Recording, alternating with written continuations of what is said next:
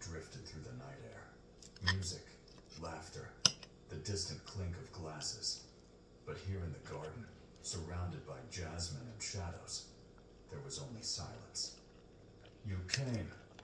Nathan's voice sounded strange to his own ears, rough and uncertain, like a man who had forgotten how to speak.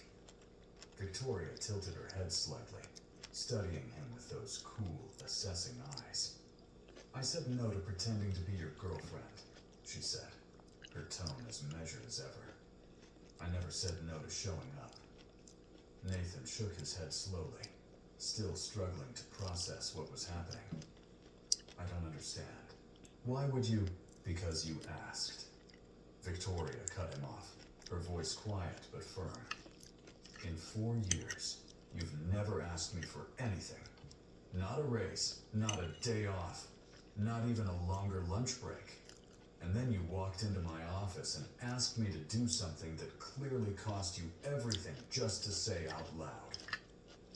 She took a step closer, and Nathan could see something in her eyes that he had never seen before.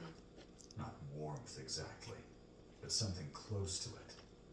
I don't do things like this, but I also don't ignore people who deserve to have someone standing next to them. She extended her hand toward him, palm up, waiting. Let's go inside. Nathan looked at her hand, then at her face, then back at her hand. A part of him wanted to refuse, to tell her that he didn't need saving, that he had already made peace with being the man everyone expected him to be.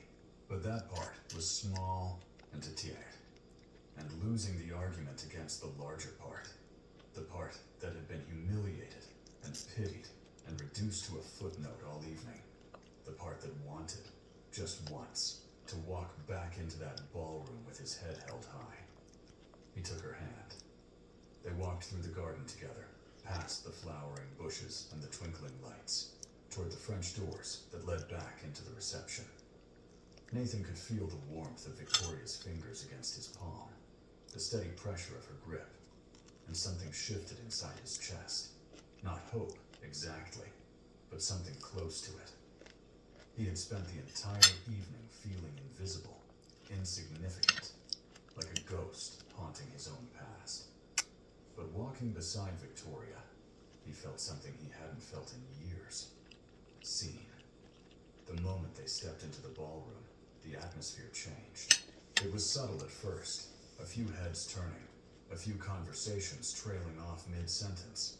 But within seconds, the shift had spread through the entire room like a wave. Nathan felt the weight of 100 pairs of eyes landing on him. But this time, they weren't filled with pity or condescension.